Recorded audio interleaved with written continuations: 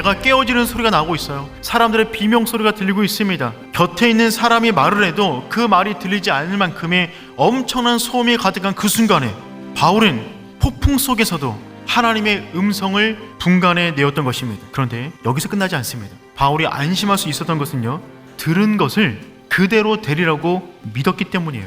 하나님의 음성을 들어도 그 말씀이 그대로 되리라는 믿음이 없다면 그 말씀은 아무 소용 없습니다. 폭풍은 계속해서 불고 있습니다. 배는 깨질 것만 같습니다. 사람들은 소리 치고 있습니다. 그 가운데 하나님의 말씀을 들었어요. 나는 내게 말씀하신 그대로 되리라고 하나님을 믿노라. 그 말씀을 붙잡고 나가는 그 삶 가운데 하나님의 도우심의 손길이 있다고 믿습니다. 여러분 자신을 믿지 마십시오. 환경을 믿지 마십시오. 하나님은 내가 너 인생 가운데 놀라운 일을 행하겠다고 말씀하시는데, 내가 내 자신의 부족함과 환경을 더 많이 믿기에 하나님의 그 말씀을 의지하지 못하는 것이죠. 바울은 끝까지 하나님이 내게 말씀하신 대로 될 것을 믿었어요.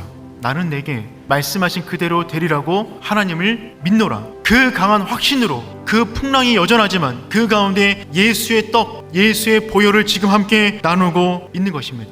이 성도의 당당함, 모든 사람들이 두려워 떨고 있는데 그 순간에 예수의 이름 붙잡는 거예요. 그 순간에 하늘을 향하여 하나님께 도움을 구하고 있는 것입니다.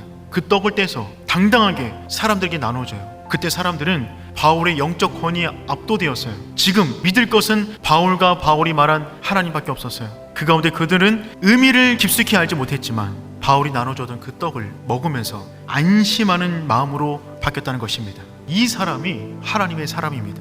이 사람이 하나님께 붙들려 있는 사람이에요. 같이 풍랑 중에 있지만 주의 음성을 들었다면 그대로 되리라고 믿는 것입니다.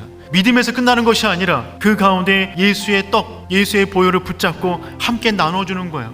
내가 갖고 있는 평안을 사람들에게 나눠주는 그 사람, 그 사람이 하나님의 나라를 열망하며 그 나라 위에서 살아가는 사람이 되는 줄 믿습니다. 이제는 닷까지 끊어버렸어요. 이제 그들에게 남은 것은 아무것도 없습니다. 단 한 가지만 있어요. 바울과 바울이 말한 하나님의 말씀입니다. 그 말씀 하나 붙잡고 그들은 바울의 신호에 따라서 전부 다 배 밖으로 뛰어내려 헤엄치기 시작합니다. 하나님의 말씀대로 되리라고 믿노라. 그 믿음 그대로 그들은 전부 다 구원받게 되었어요. 여러분, 이것이 인생이에요.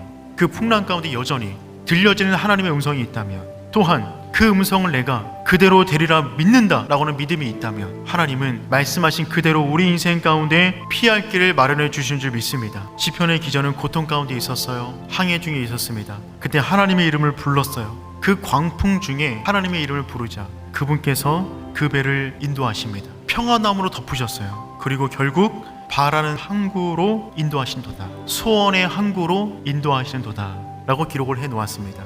여기까지 오면서 우리 수많은 일들이 있었지만 하나님은 여전히 우리 인생의 선장이 되어 주십니다. 그분은 지금도 우리에게 말씀하세요. 우리 인생 가운데 풍랑이 있을 수 있습니다. 지금도 그런 순간일 수 있어요. 하지만 하늘은 언제나 맑음이에요. 폭풍 저 너머에 태양은 여전히 있습니다. 구름으로 가려져 있지만 하나님은 저 햇빛을 보시고 우리의 인생을 인도하십니다. 하지만 선장 되신 그분의 음성을 듣고 따라간다면 결국 우리 소원의 항구, 바라는 항구에 도달하게 되는 줄 믿습니다.